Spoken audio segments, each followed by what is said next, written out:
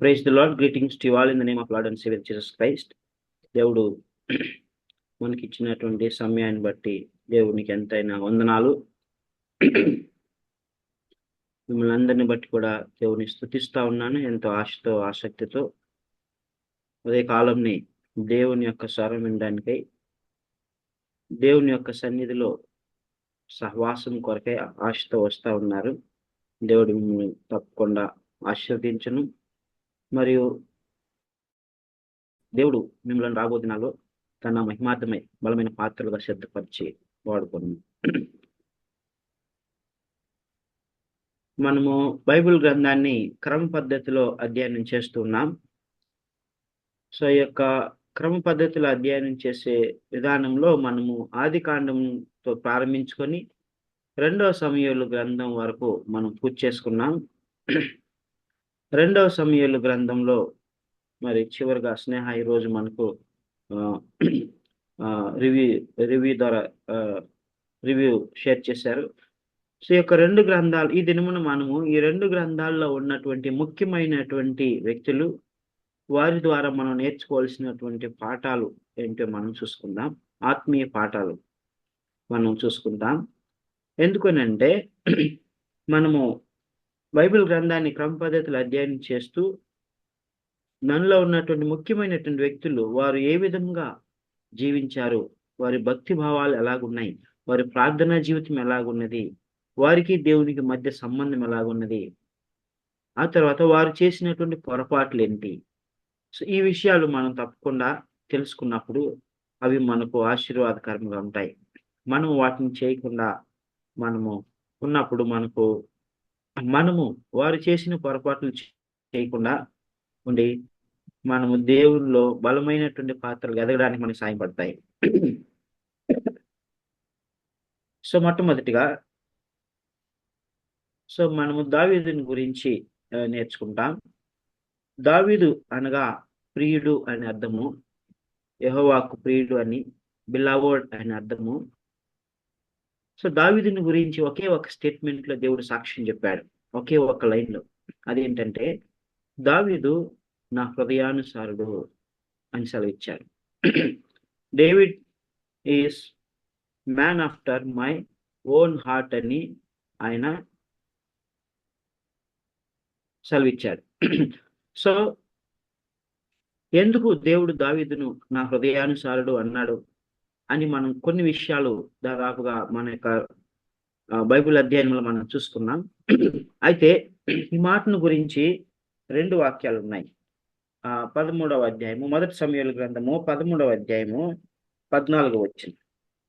సమూయేలు రాసిన మొదటి గ్రంథము 13వ అధ్యాయము 14వ వచనంలో ఈ మాట అంటాడు. చదవండి. 13వ అధ్యాయము 14వ వచనం. యెహోవా తన చిత్తానుసారమైన మనసు గల ఒకని కనుగొని ఉన్నాడు. నీకు ఆజ్ఞాపించిన దాన్ని నీవు గైకొనకపోతివి గనుక యెహోవా తన జనుల మీద అతనిని అధిపతిగా నియమించును. సో ఇక్కడ చాలా స్పష్టంగా దేవుడు సెలవిస్తా ఉన్నాడు. ఏమంటున్నాడు? యెహోవా తన చిత్తానుసారమైన మనసు గల ఒకరిని కనుగొని ఉన్నాడు. తన చిత్తానుసారమైనటువంటి మనసు కలిగిన ఒకడు. అపోస్తుల కార్యములు 13వ అధ్యాయము 22వ వచనం. అపోస్తుల కార్యములు 13వ అధ్యాయము 22వ వచనం.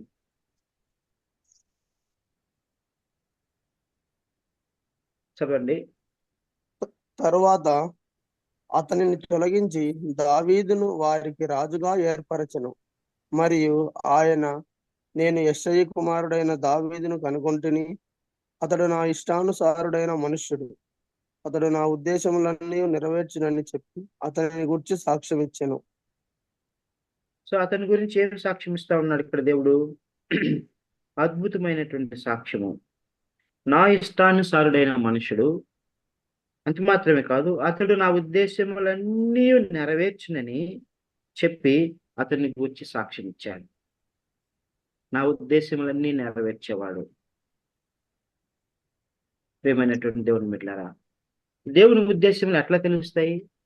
దేవుని తలంపులు ఎట్లా తెలుస్తాయి?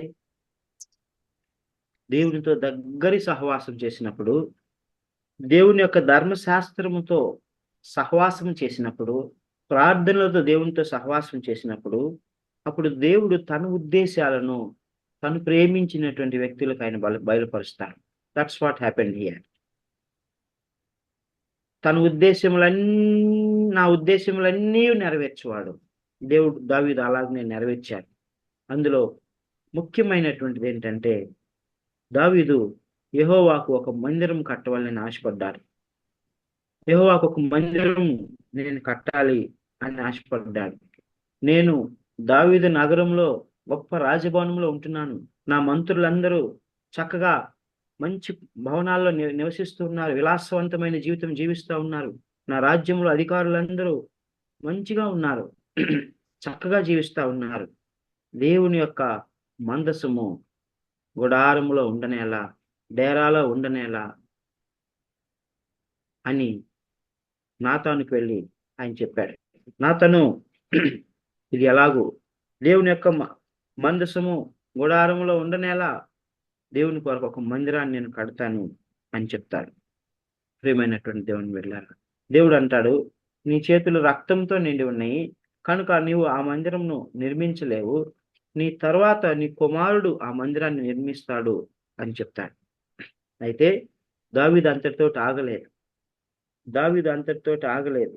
దావీదు ఆ యొక్క మందిరమునకు కావలసినటువంటి సామాగ్రి అంతటిని కూడా ఆయన సిద్ధపరిచాడు. ప్రియమైనటువంటి దేవుని వెళ్ళారు.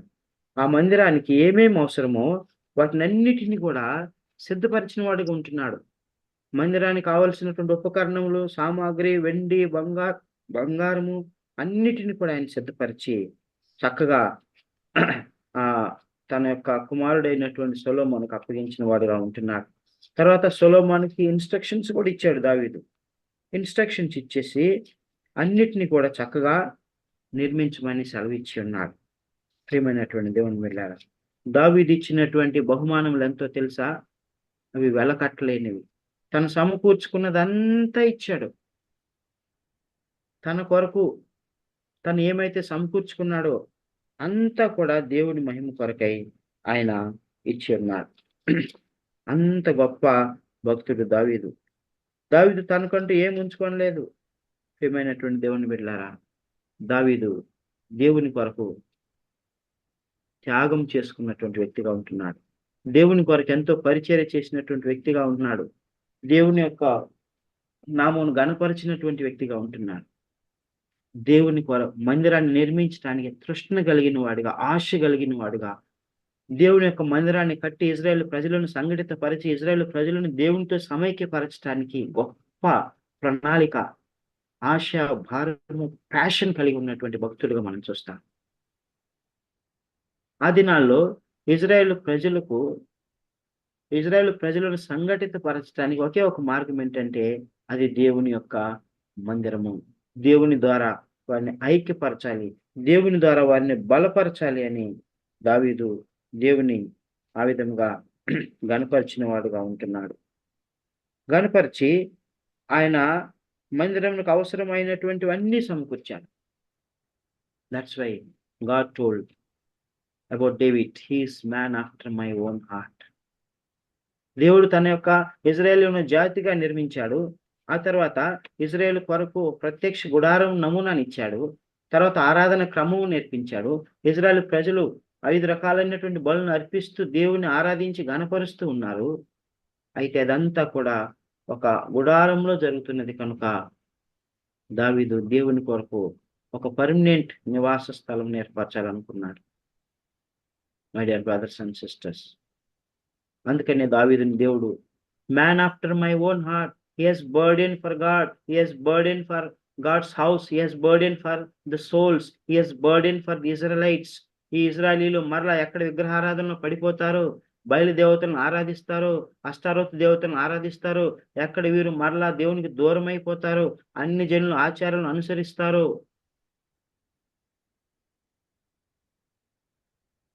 ఎక్కడ వీరు బిలాము బోధను అనుసరించి నడుచుకుంటారో అని దావీదు దేవుని యొక్క మందిరాన్ని నిర్మించడానికై పూనుకున్నాడు.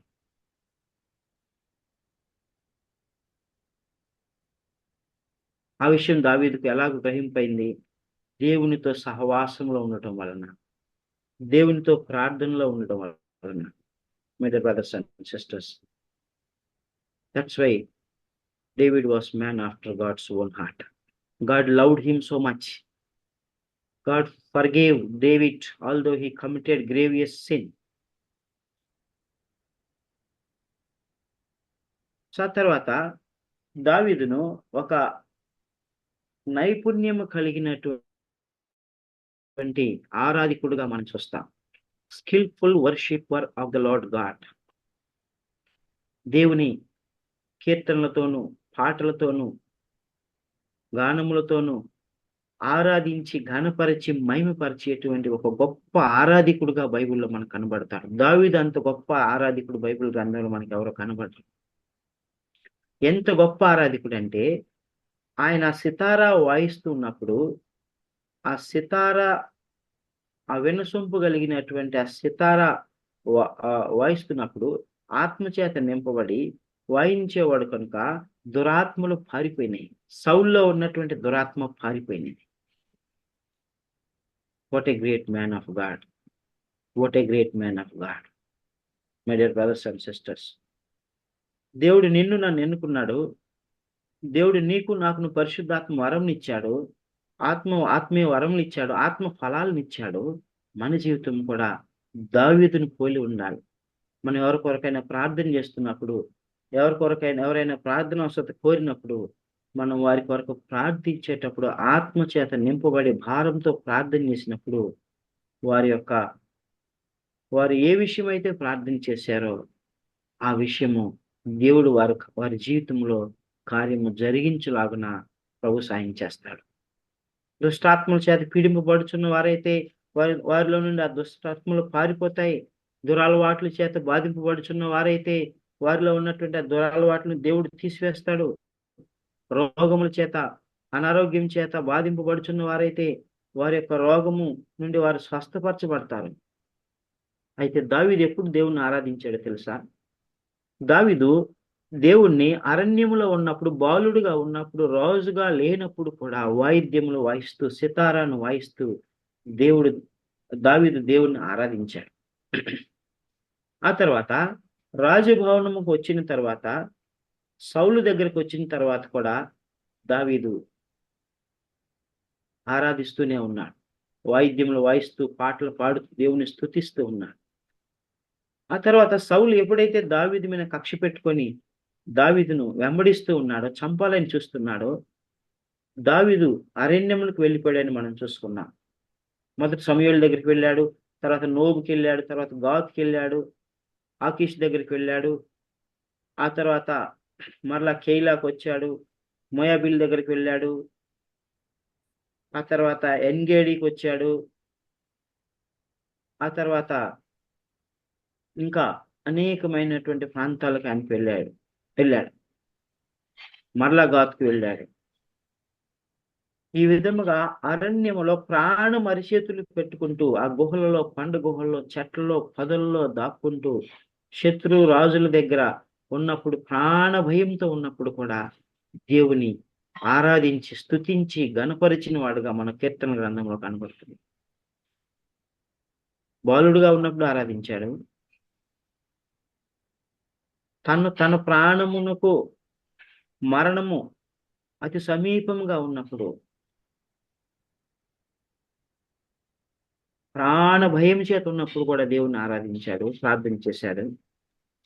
తర్వాత రాజు అయిన తర్వాత కూడా దేవుని ఆరాధించాడంట. దావీదు గురించి భక్తులు ఏం చెప్తారంటే, దావీదు రాజు అయిన తర్వాత అంట, ఆయనకు ఒక రూమ్ ఉండేదంట, ప్రార్థన గది, ఆ రాజభవనంలో.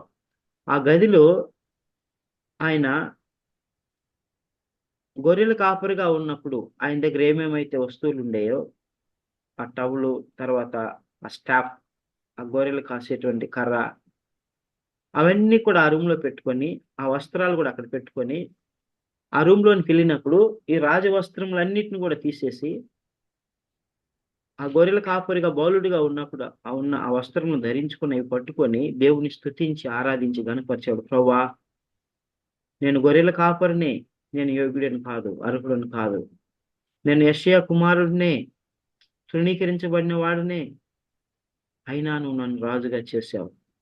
అందుని బట్టి నేను స్తుతిస్తున్నానని రాజుగా ఉన్నప్పుడు కూడా దేవుని కొరకు సమయం వెచ్చించి తన యొక్క పాత స్థితిని జ్ఞాపకం చేసుకుంటూ, ప్రభువా, నేను బలహీనుడినే, నేను బాలుడనే, దీనికి నేను యోగ్యుడని కాదు, నేనేమై ఉన్నాను అది కేవలం నీ కృపను బట్టి.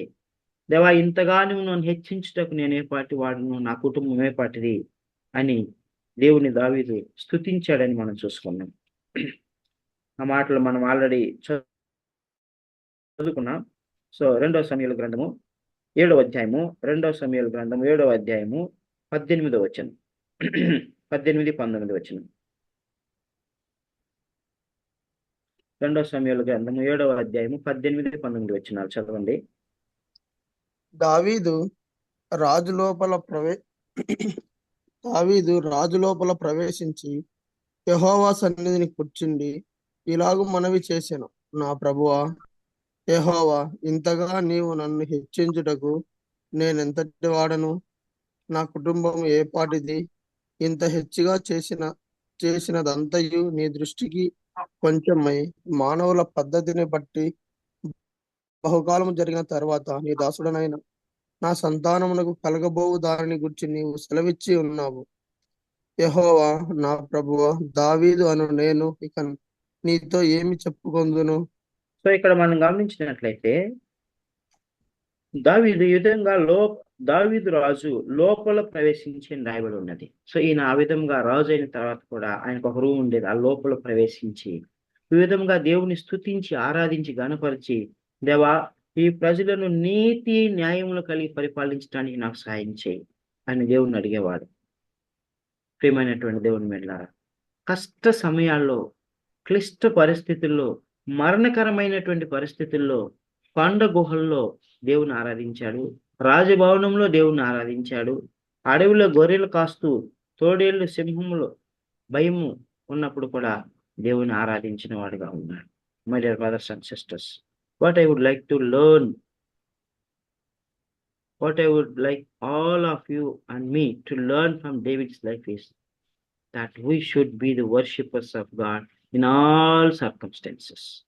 ప్రతి పరిస్థితుల్లో మనం దేవుని స్తుతించి ఆరాధించి దేవుని హత్తుకునేటువంటి వారం ఉండాలి. దావీదు హత్తుకొని ఉన్నాడు. My dear brothers and sisters, దేవుడు నిన్ను నన్ను విడుబడి ఎడబాయడు. కొన్ని పరిస్థితుల్లో కూడా దేవుడు మనల్ని ఎందుకు తీసుకువెళ్తాడో మనకు తెలియదు. But God knows the best. God wants to teach you and me a lesson. That's why he is taking us through such circumstances. కొంచెం అవి మన కటువుగా ఉండవచ్చు, కష్టంగా ఉండవచ్చు, బాధగా ఉండవచ్చు, ఇబ్బందికరంగా ఉండవచ్చు. But yet God allow us to go through such circumstances. Why? To teach a lesson. ఆత్మీయ పాఠములు నేర్పించడానికి, మనల్ని ఇంకా దేవునిలో నెలకొట్టడానికి, మనల్ని ఇంకా దేవునిలో పరిశుద్ధులుగా ఉంచడానికి, దీనులుగా ఉంచడానికి, ప్రార్థనా పరులుగా ఉంచడానికి, దేవుడి మీద ఆధారపడేటువంటి వారికి ఉండడానికి దేవుడు అనుమతించవచ్చు. But learn to worship God in all circumstances. That's what we learn from David. ఆ తర్వాత దావీదు విశ్వాస వీరుడు అని మనము చూసుకుంటూ ఉన్నాం. దావీదు విశ్వాసాన్ని కోల్పోలేదు. దావీదు, ప్రభువా, నీవే నాకు శరణము, నీవే నా ఆశ్రయ దుర్గము, నీవు తప్ప నాకు వేరే మార్గం లేదు అని కీర్తన గ్రంథంలో మనం చూసుకుంటాం. నిన్నే శరణుజొచ్చి ఉన్నాను అంటాడు. ప్రియమైనటువంటి దేవుని బిడ్డలారా, అట్ ది సేమ్ టైం దావీదు ఒక పరాక్రమశాలి, మైటీ మ్యాన్ ఆఫ్ వాలర్, యుద్ధశూరుడు, పరాక్రమశాలి. గొలియాతును బాలుడుగా ఉండగానే గొలియాతు శిరఛేదనం చేసిన వాడు. సౌలు ఫిలిస్తీన్లను యుద్ధం పంపించినప్పుడు వారిని అందరినీ ఓడించి తిరిగి వచ్చిన వాడు. అనేక యుద్ధములు చేసి జయం పొందినవాడు. దావీదు సమస్తమును కోల్పోయినప్పుడు, అమాలేకీయుల చేతిలో సమస్తం కోల్పోయినప్పుడు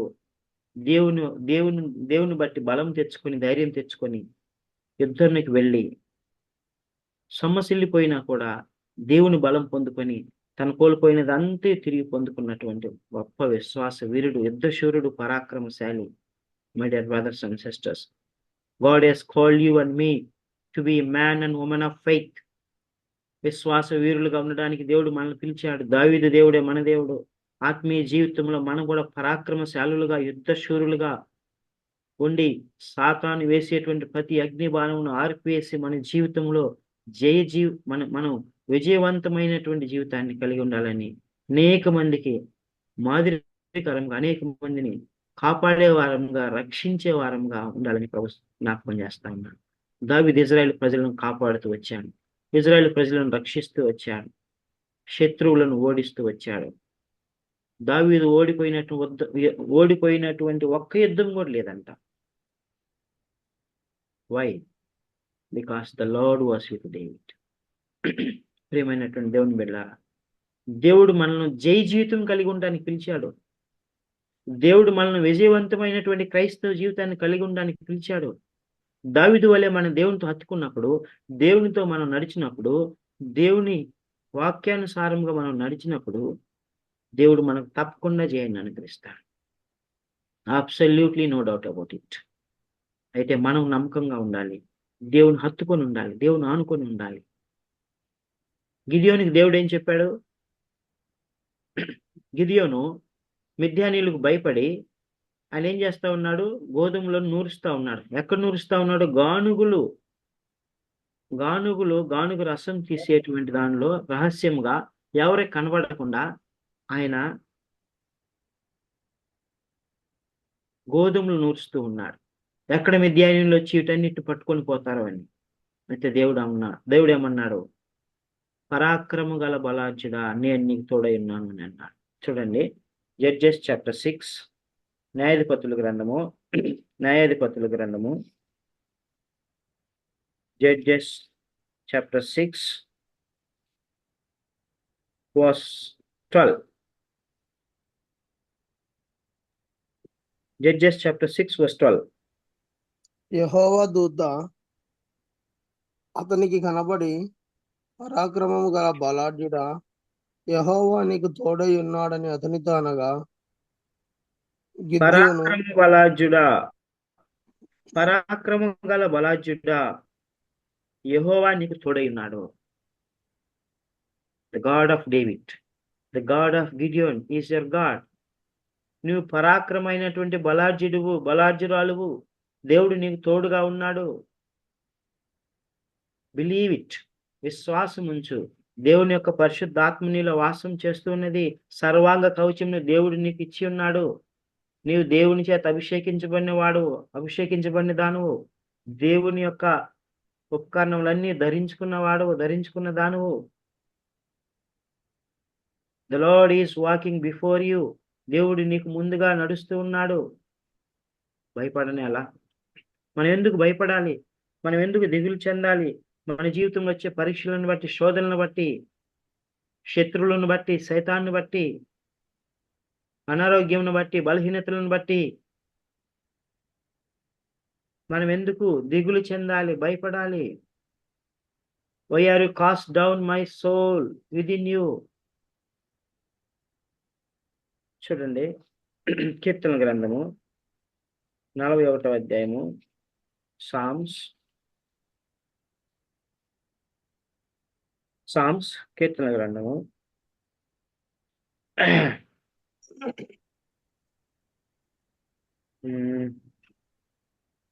నా ప్రాణమా నాలో నీవెందుకు కృంగి ఉన్నావు అని ఉంటది కీర్తన గ్రంథంలో.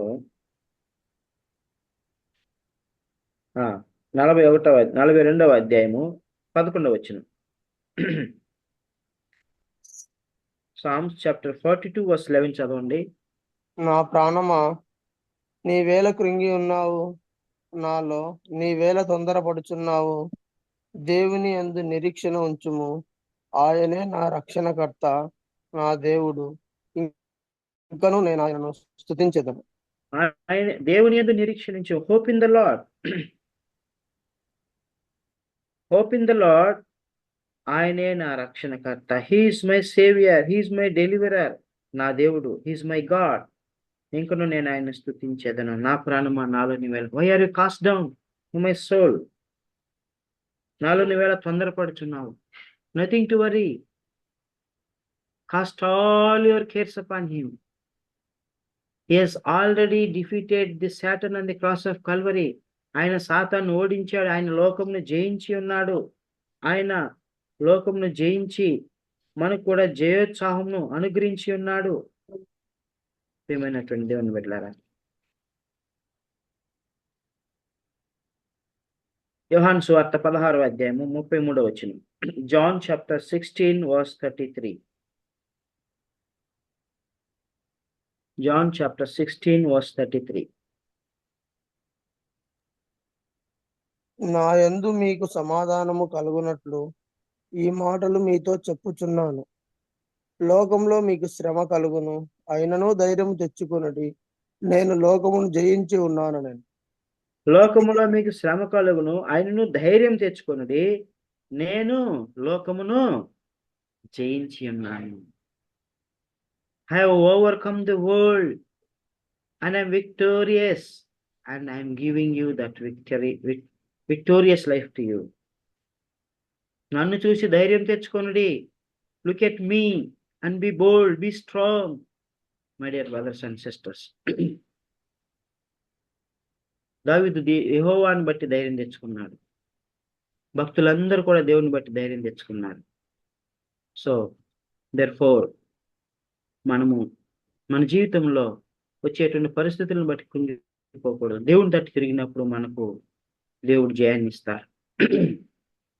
దేవుడు మనకు సహాయం చేస్తారు. ఆ తర్వాత దావీదు జీవితం నుంచి మనం నేర్చుకునే మరొక ముఖ్యమైనటువంటి లెసన్ ఏంటంటే, పాఠం ఏంటంటే, దావీదు శుద్ధ హృదయము, స్వచ్ఛమైన వివేకము కలిగినటువంటి వ్యక్తి, నిర్మలమైనటువంటి మనస్సాక్షి కలిగినటువంటి వ్యక్తి. 2 సార్లు సౌలును దేవుడు దావీదుకు అప్పగించాడు. ఆయన చంపాడా? చంపలేదు. తన ప్రాణమునైనా వదులుకోవటానికి ఇష్టపడ్డాడు. కానీ యెహోవా చేత అభిషేకించబడిన వానిని నేను చంపను అన్నాడు. యెహోవా చేత అభిషేకించబడిన వానికి నేను చేయి వెత్తను అని చెప్పాడు. My dear brothers and sisters, శుద్ధ హృదయము, నిర్మలమైన మనస్సాక్షిని మనం కలిగి ఉండాలి.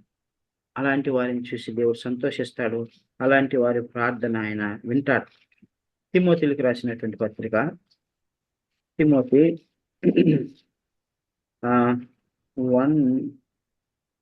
1 Timothy chapter 1 verse 5. మనం ఈ మాటను చాలాసార్లు చదువుకున్నాం, అయినా కూడా సందర్భం వచ్చింది కాబట్టి మరొకసారి చదువుకుంటాం.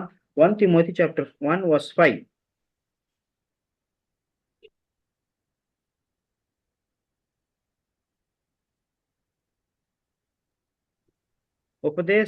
ఉపదేశానుసారం ఏమనగా పవిత్ర హృదయము నుండి, మంచి మనస్సాక్షి నుండి, నిష్కపటమైన విశ్వాసము నుండి కలుగు ప్రేమయే.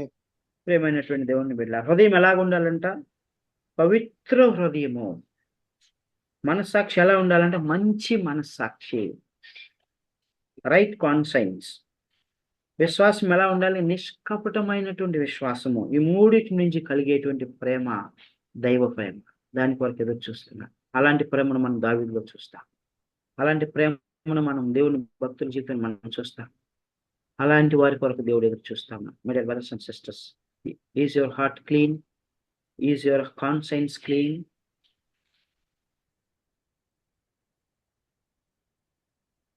నిష్కపటమైనటువంటి విశ్వాసము నువ్వు కలిగి ఉన్నావా?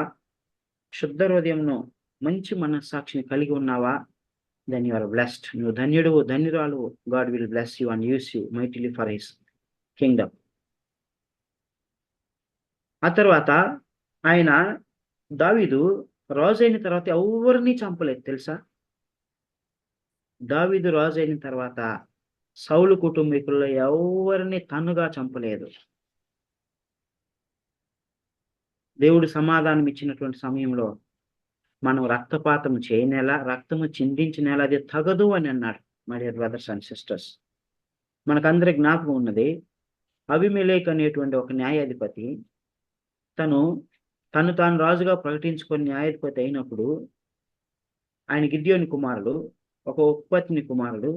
ఆయన ఏం చేశాడు, తన తోటి సహోదరులు అయినటువంటి 70 మందిని అతి కిరాతకంగా రాతి మీద చంపేశాడు.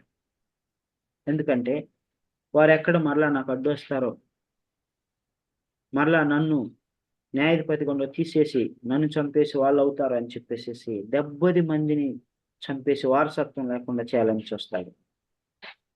My dear brothers and sisters, but David did not do that. ఇంకా ఏం చేశాడు, సౌలు కుటుంబంలో, యోనాతాను కుటుంబంలో ఎవరైనా బ్రతికి ఉన్నారా అని చెప్పి వారిని పిలిపించి తనతో కూడా రాజు బల్ల యొద్ద భోజనం చేసేటువంటి కృపనిచ్చాడు. రాజు యొక్క భవనంలో నివసించేటువంటి కృపనిచ్చాడు. My dear brothers and sisters, what a great man of God.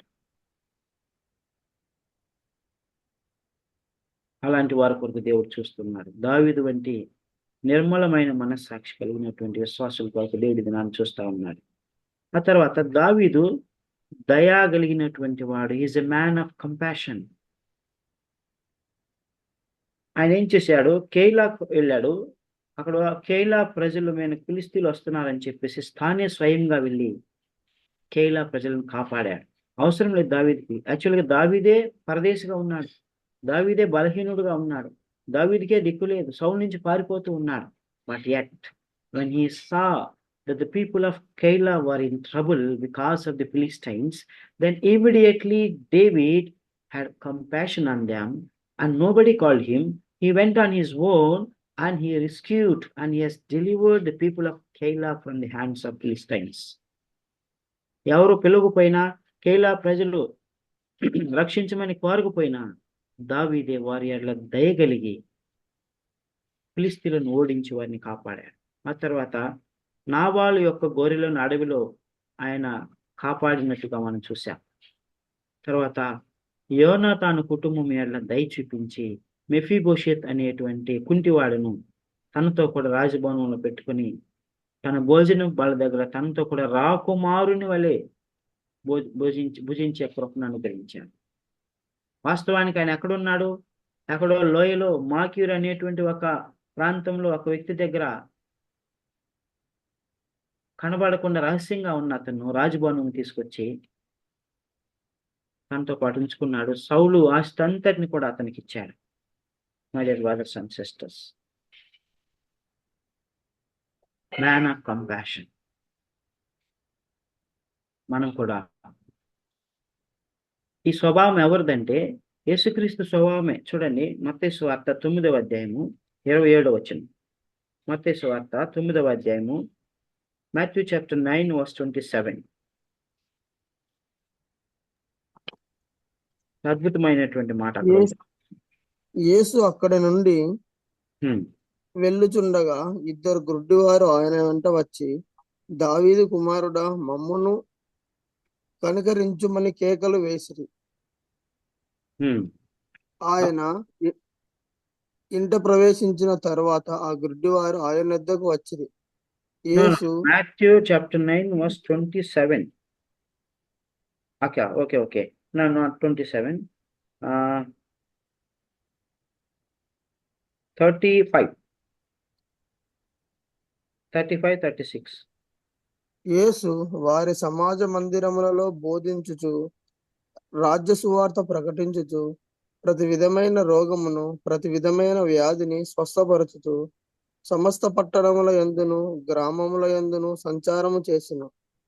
ఆయన సమూహములను చూచి వారు కాపరి లేని గొర్రెల వలె విసిగి చెదిరి ఉన్నందున వారి మీద కనికరపడి వారు ఎలాగున్నారు, కాపరి లేని గొర్రెల వలె విసిగి చెదిరి ఉన్నందున యేసుక్రీస్తు వారి మీద కనికరపడ్డాడు. My dear brothers and sisters, so he had compassion on them. God of compassion. Likewise, David was a man of compassion. My dear brothers and sisters, what a great man of God. మనం కూడా దయ పొందుకున్న వారమే, ఒకరి ఎడల ఒకరు దయ చూపించేటువంటి వారం ఉండాలి. ఆ తర్వాత దావీదులో మరొక గుణం మనం చూసేది ఏంటంటే he was not greedy for power. అధికార దాహం అతనికి లేదు, వాంఛ లేదు. ఆయన అక్కడే ఉన్నాడు. ఎక్కడున్నాడు? ఆయన గాతులోనే ఉన్నాడు. సౌలు చనిపోయాడు, కుమారుడు చనిపోయాడు, రాజు లేడు. అయినా కూడా ప్రార్థన చేస్తా ఉన్నాడు, ప్రభువా నేనేం చేయాలి? Shall I go to Israel? God said yes you go. Then where shall I go? Then God said go to Hebron. My dear brothers and sisters, వెళ్ళాడు. అక్కడికి వెళ్ళి అందరి దగ్గరికి వెళ్ళి, పెద్దల దగ్గరికి వెళ్ళి, నేను మీకు రాజుగా ఉంటాను, నన్ను ఆ సమూయేలు అభిషేకించాడు అని చెప్పలేదు. He just kept quiet and he was living his own way in village. అప్పుడు యూదా పెద్దలు వచ్చారు. యూదా పెద్దలు వచ్చి వారే మీరు మాకు రాజుగా ఉండండి, సమూయేలు మిమ్మల్ని అభిషేకించాడని వారే తమ్మిని రాజుగా చేశారు. That means David was in the waiting room of God for the right time and also for the God's time. దావీదు దేవుని చిత్తం కొరకు, దేవుని యొక్క సమయం కొరకు ఎదురు చూస్తూ ఉన్నాడు. తగిన సమయంలో దేవుడు అతను రాజుగా చేశాడు. 7 సంవత్సరములు యూదా ప్రజల మీద రాజుగా ఉన్నాడు. ఆ తర్వాత ఇజ్రాయెల్ ప్రజలు కూడా వచ్చారు, పెద్దలు వచ్చారు. వారు కూడా మా మీద కూడా నువ్వు రాజుగా ఉండని చెప్పారు. My dear brothers and sister, he was in no hurry, he was not greedy. దురాశ లేదు, పేరాశ లేదు, అధికార దాహం లేదు. దేవుని చిత్తమే నెరవేర్చాలి. దేవుడు ఎప్పుడు అవకాశం ఇస్తే అప్పుడు చేయాలి. దేవుని సమయం కొరకు ఎదురు చూశాడు. My dear brothers and sister, మన జీవితంలో మనం ఈ దావీదు నుంచి నేర్చుకునేటువంటి పాఠం ఏంటంటే, మనం కూడా దేవుని సమయం కొరకు ఎదురు చూడాలి. దేవుని చిత్తం కొరకు మనం ఎదురు చూడాలి. ఆ తర్వాత దావీదు శత్రువులను కూడా ప్రేమించినటువంటి వాడు ఉన్నాడు. ద్వేషం లేదు, పగ లేదు, అసూయ లేదు, మత్సరం లేదు. My dear brothers and sisters, మనకు సమయం లేదు, చాలా రెఫరెన్స్ కొత్త నిబంధనలు ఉన్నాయి. We have to put away all these things from our lifes. తర్వాత దేవుడు ప్రతి విషయంలో కూడా దైవ చిత్తాన్ని కనుక్కున్నాడు. ప్రభువా, నేను ఈ ప్రాంతం నుంచి మరొక ప్రాంతానికి వెళ్ళనా? సౌలు నన్ను వెంబడిస్తాడా? వెంబడిస్తాడు. నేను వెళ్ళనా? వెళ్ళు. ఫిలిష్తీయుల మీద యుద్ధానికి వెళ్ళనా? వెళ్ళు. My dear brothers and sisters, ప్రార్థన చేసేవాడు ఉన్నాడు. దేవుని చిత్తమును కనుగొని దేవుని చిత్త ప్రకారం నడుచుకునేటువంటి వాడు ఉన్నాడు. మన జీవితంలో మనం కూడా దేవుని చిత్తం మీద మనం తెలుసుకున్నాడు. దేవుని నడిపింపేందు మనం తెలుసుకోవాలి. దైవ చిత్తం మీద మనం తెలుసుకుని దాని ప్రకారం నడుచుకున్నప్పుడు మన జీవితం ఫలభరితంగా ఉంటుంది. తర్వాత దావీదు ప్రార్థనా యోధుడు. కీర్తన గ్రంథం 6వ అధ్యాయం 6వ వచనం. కీర్తన గ్రంథము 6వ అధ్యాయము 6వ వచనం. నేను మూలుగుచు అలసి ఉన్నాను, ప్రతి రాత్రియు కన్నీరు విడిచుచు నా పరుపు తేల జేయుచున్నాను, నా కన్నీళ్ల చేత నా పడక కొట్టుకొని పోవుచున్నది. My dear brothers and sisters, what a prayer David was making here. What a prayer, amazing prayer. విరిగి నలిగిన హృదయంతో చేసేటువంటి ప్రార్థన. ఆయన ఆ కష్టముల్లో ఉన్నప్పుడు, ఆ దుఃఖముల్లో ఉన్నప్పుడు కన్నీటితో మూలుగుచు వేకువనే రాత్రంతయు కన్నీరు కారుస్తే అంట, ఆ కన్నీరు అంట పరుపు తేల చేస్తుందంట. We cannot imagine. My dear brothers and sisters, మన జీవితంలో మనము కన్నీరు కార్చి ప్రార్థన చేసి ఎన్నాళ్ళు అవుతుంది? దుఃఖముతో, వేదనతో, బాధతో. అంటే జనరల్గా ప్రతిరోజు మనకు అలాగూ ప్రార్థన రాదు, but at the same time అలాంటి అనుభవాలు మన జీవితంలో ఉండాలి. అందుకని దేవుడు మన కొన్ని కష్టంలో కూడా తీసుకెళ్తాడు, ఎందుకంటే మనం విరిగి నలిగిన హృదయంతో ప్రార్థన చేస్తామని. కాబట్టి ప్రియమైనటువంటి దేవుని బిడ్డలారా, మనము ప్రార్థనా యోధులుగా ఉండాలి. కన్నీటి ప్రార్థన, అన్నా ప్రార్థన చేసేటువంటి వారు ఉండాలి. తర్వాత man of repentance and forgiveness, పశ్చాత్తాపడేటువంటి వాడు, పశ్చాత్తాప స్వభావం. తన కుమారుడు అనారోగ్యంతో ఉన్నప్పుడు 7 దినములు ప్రార్థన చేశాడు, రాత్రి అంతా ప్రార్థన చేశాడు, ఏడ్చాడు, వెక్కి వెక్కి ఏడ్చాడు. అడవిలో ఉన్నప్పుడు ప్రార్థన చేశాడు. తన కుమారుడు చనిపోతున్నాడు అని తెలిసి కూడా ప్రార్థన చేశాడు. ఆ తర్వాత బత్షెబాతో పాపం చేసినప్పుడు నాతాను ప్రవక్త వచ్చి హెచ్చరించినప్పుడు బహుగా ఏడ్చాడు. కీర్తన గ్రంథం కీర్తన గ్రంథం 51వ అధ్యాయము. కీర్తన గ్రంథము 51వ అధ్యాయం 1, 2, 3 వచనాలు. దేవా, నీ కృప చొప్పున నన్ను కరుణింపుము, నీ వాత్సల్య బాహుల్యం చొప్పున నా అతిక్రమములను తుడిచివేయుము. నా దోషము పోవునట్లు నన్ను బాగా కడుగుము, నా పాపము పోవునట్లు నన్ను పవిత్రపరచుము. 4, నీకే విరోధముగా నేను పాపము చేసి ఉన్నాను, నీ దృష్టి ఎదుట నేను చెడుతనమును చేసి ఉన్నాను. కావున ఆజ్ఞ ఇచ్చినప్పుడు నీవు నీతిమంతుడవుగా అగుపడుదువు, తీర్పు తీర్చినప్పుడు నిర్మలుడుగా అగుపడుదువు. 5వ వచనం. నేను పాపములో పుట్టినవాడను, పాపములోనే నా తల్లి నన్ను గర్భమున ధరించెను. 7వ వచనం. నేను పవిత్రుడనగునట్లు ఇస్సోపుతో నా పాపము పరిహరింపము, హిమము కంటెను నేను తెల్లగా నుండినట్లు నీవు నన్ను కడుగుము. So this is the prayer of repentance from David. My dear brothers and sisters, దేవుడు అలా దావీదుని క్షమించాడు. తర్వాత దావీదు కూడా ఇతరులను క్షమించాడు. ఎవరిని క్షమించాడు? షిమీని క్షమించాడు, సౌలు కుటుంబీకులను క్షమించాడు, ఎవరికి హాని చేయలేదు. చాలా విషయాలు అక్కడ ఉన్నాయి, ఇప్పుడు మనకు సమయం లేదు. సో దావీదు తనకు హాని చేసిన వాళ్ళందరినీ క్షమించాడు. My dear brothers and sisters, ఓర్పు కలిగి ఉన్నాడు, సహనం కలిగి ఉన్నాడు. షిమి శపిస్తా ఉంటే, రాళ్ళు విసురుతా ఉంటే, లెట్ హిమ్ డూ, దేవుడు అతన్ని అనుమతించాడు, లెట్ హిమ్ డూ అని అన్నాడు. ఓర్చుకున్నాడు, సహించాడు, భరించాడు. My dear brothers and sisters, మనం కూడా ఓర్పు సహనం కలిగి ఉండాలి, క్షమించే వారంగా ఉండాలి, మరియు మనం పొరపాటు చేస్తే పశ్చాత్తాపడేటువంటి వారం ఉండాలి. తర్వాత 2వ సమూయేలు గ్రంథం 8వ అధ్యాయం 15వ వచనంలో దావీదు తన జనులందరినీ నీతి న్యాయములను బట్టి ఏలుచుండెను అని రాయబడి ఉన్నది. ఆయన రాజు అయినప్పుడు అన్యాయంగా ఆయన పరిపాలించలేదు, అక్రమంగా పరిపాలించలేదు, అధికారం చలాయించలేదు. దేవుని ధర్మశాస్త్రంలో ఉన్నటువంటి నీతి న్యాయ సూత్రం అనుసరించి ఏలాడు. That is perfect will of God. అది దేవుని యొక్క మనసు.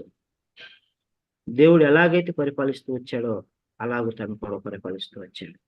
My dear brothers and sisters, దేవుడు నీకు బాధ్యత అప్పచెప్పినట్లయితే, కుటుంబంలో, స్థానిక సంఘంలో, నీ యొక్క ఆఫీసులో బాధ్యత అప్పచెప్తే, నీవు కూడా నీతి న్యాయమును అనుసరించి నువ్వు వెళ్ళాలి, పని చేయాలి. తద్వారా దేవుడి నామానికి మహిమ వస్తుంది. అన్యాయంగా, అక్రమంగా నడుచుకోనకూడదు. తర్వాత దావీదు చేసినటువంటి పొరపాట్లు మనం చూసుకున్నాం. అందులో మొట్టమొదటిది, దావీదు అహీమెలెకు అనేటువంటి ప్రవక్తకు అబద్ధం చెప్తాడు. తద్వారా సౌలు ఆ ప్రవక్తలందరినీ పిలిచి చంపేస్తాడు. దాని విషయమే దావీదు కూడా బాధపడతాడు, పశ్చాత్తాపడతాడు. So never ever speak lies in our life. అబద్ధమునకు జనకుడు ఎవరు? అపవాది. ఆ మాట మనం చూసుకున్నామా ఒకసారి? యోహాను సువార్త 8వ అధ్యాయం అనుకుంటా, జాన్ చాప్టర్ 8. ఆ సమయంలో కూడా మనం చూసుకున్నాం, మరొకసారి చూసుకుందాం. జాన్ చాప్టర్ 8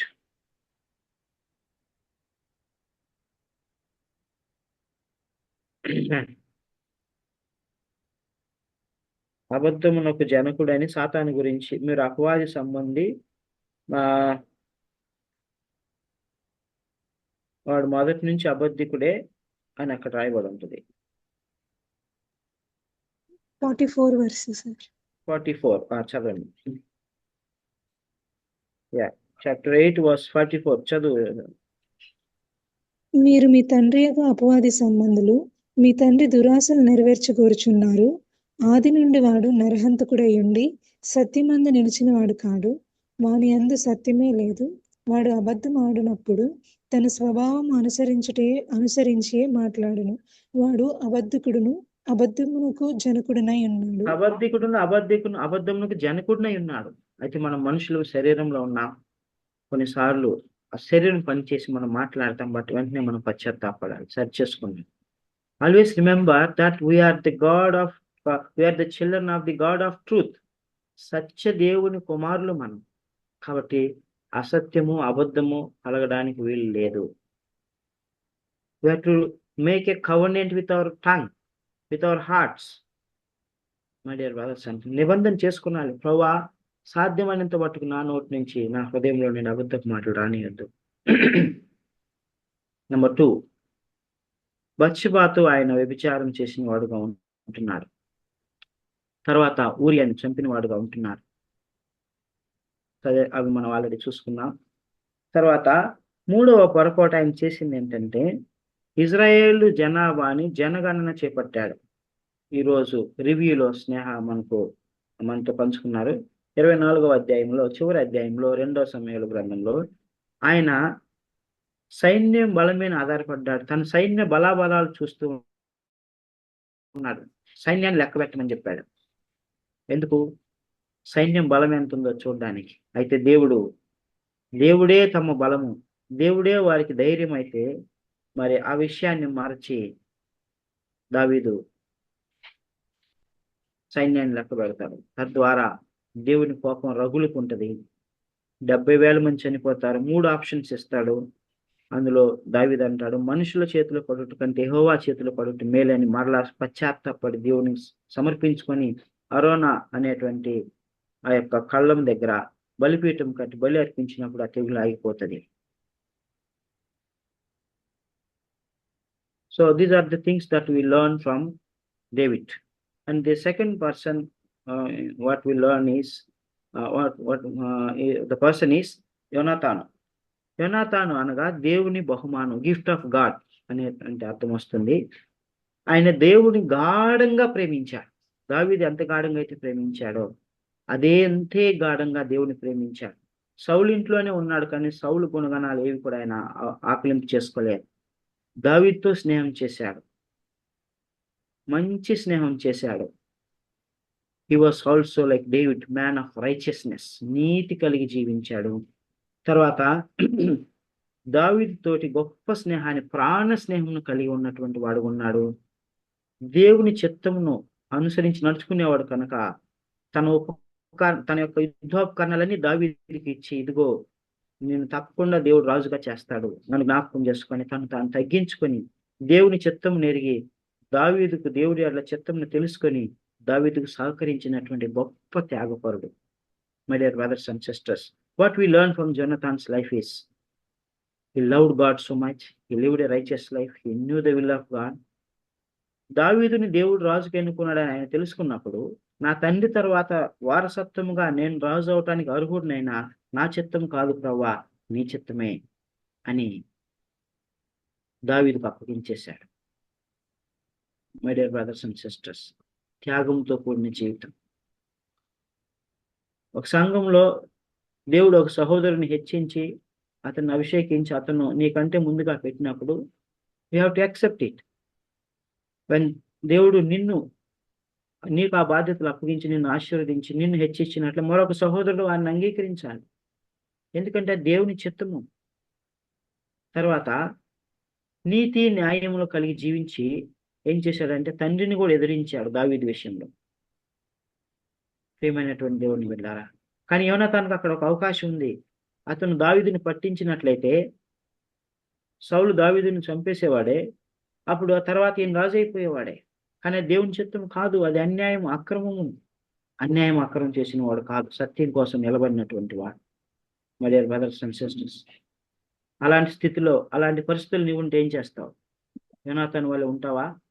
స్వార్థం కొరకు, నీ స్వార్థం కొరకు ఇతరులను అప్పగిస్తావా? My dear brothers and sisters, that's what we learn from యోనాతాన్. దెన్ సౌల్, ఇజ్రాయేలీలకు మొట్టమొదటి రాజు. సౌల్ అనగా ఆస్క్డ్ ఫర్, కోరుకొనబడినవాడు, అడగబడినవాడు. సౌలు గురించి కొన్ని పాజిటివ్ పాయింట్స్ ఉన్నాయి, మనం చూసుకున్నాం. సౌలు ఒక గొప్ప దేశభక్తుడు, గ్రేట్ పేట్రియాటిక్ పర్సన్. ఇజ్రాయెల్ శ్రేయస్సు కోసం పనిచేశాడు, స్త్రీలకు మేలు చేశాడని కూడా మనం చూసుకున్నాం. దావీదు తన యొక్క ధనుర్గీతంలో చెప్తాడు. మనం కూడా మన దేవుని యందు భక్తి కలిగి ఉండాలి, మన దేవుని కొరకు గొప్ప భక్తి కలిగి ఉండాలి. దేశభక్తి కూడా మనకు ఉండాలి, దేవుని యందు అంతకంటే ఎక్కువ భక్తి మనకు ఉండాలి. దేవుని ప్రజల శ్రేయస్సు కోరి కోసం పనిచేసే వారంగా మనం ఉండాలి. My dear brothers and sisters. Israel దేశం కొరకు తన ప్రాణాన్ని త్యాగం చేసినటువంటి వీరుడు. అయితే ఆయనలో ఉన్నటువంటి బలహీనతలు ఏంటంటే గర్వించాడు, తిరుగుబాటు చేశాడు, అవిధేయత చూపించాడు, దావీదు ఎడల ఈర్ష్య, ద్వేషము, చేదు వేరు పెట్టుకున్నాడు, జ్యోతిష్కులను సంప్రదించాడు. We are not suppose to do all these things. తర్వాత ఏలి అనగా అసెండెడ్, ఆరోహణమైనటువంటి వాడండి. ప్రీస్ట్ ఎట్ షిలో, ఆయన షిలోహులో యాజకుడుగా ఉన్నాడు. అయితే ఆయన సమయంలో ఆయన బాగానే చేశాడో లేదో మనకు ఆయన గురించి రాయబడలేదు. కానీ అయోగ్యులైనటువంటి తన ఇద్దరు కుమారులను యాజకులుగా నియమించి పెద్ద పొరపాటు చేశాడు. వారు అయోగ్యులు. ఏలి కుమారుల గురించి మనం ఏం చూసుకున్నాం? మిక్కిలి దుర్మార్గులు అని చూసుకున్నాం. దే వర్ సో వికెడ్ అని మనం నేర్చుకున్నాం. మరి అంత దుర్మార్గుల్ని యాజకులుగా పెట్టడం సవ్వా? We do not know. ఆ దినములో ఉన్న పరిస్థితులు ఎలాగొనే మనకు తెలియదు. బట్ ఈ దినాన నీకు నాకు అవకాశం ఇస్తే, అలాంటి స్థానంలో మనం ఉంటే, we should be careful. We are not suppose to do such things. అంత మాత్రమే కాదు, తన కుమారులు పాపం చేస్తున్నారని తెలిసినప్పుడు, కుమారులారా అలాగ చేయకుండా అని ఊరికే సూసాయిగా చెప్పాడు. కానీ వారిని మందలించి, వారిని గద్దించి, వారికి ధర్మశాస్త్రం తీసి చూపించి, ఇదిగో ధర్మశాస్త్రం నాకు రాయబడి ఉన్నది, దేవుని చిత్తం కాదు, మీరు ఉగ్రతకు లోనవుతారు, మీరు చనిపోతారు. అహరోను కుమారులను చూడండి, వేరొక అగ్ని అర్పించి చనిపోయారు అని వారికి సరైనటువంటి బోధ చేసినటువంటి వాడు కాదు. My dear brothers and sisters, నువ్వు అలాంటి వారికి తారసపడినప్పుడు అకులా ప్రిస్కిల్లాల వల్లే వారిని పక్కకు తీసుకెళ్ళి, ఇదిగో దైవవాక్యం ఇది చెప్తుంది, ఇలాగ ఉండాలి అని మనం చెప్పేటువంటి వారిని ఉండాలి. Eli did not do that. ఇంకా దేవుని కంటే తన ఇద్దరు కుమారులను ఎక్కువ ఘనపరిచాడంట.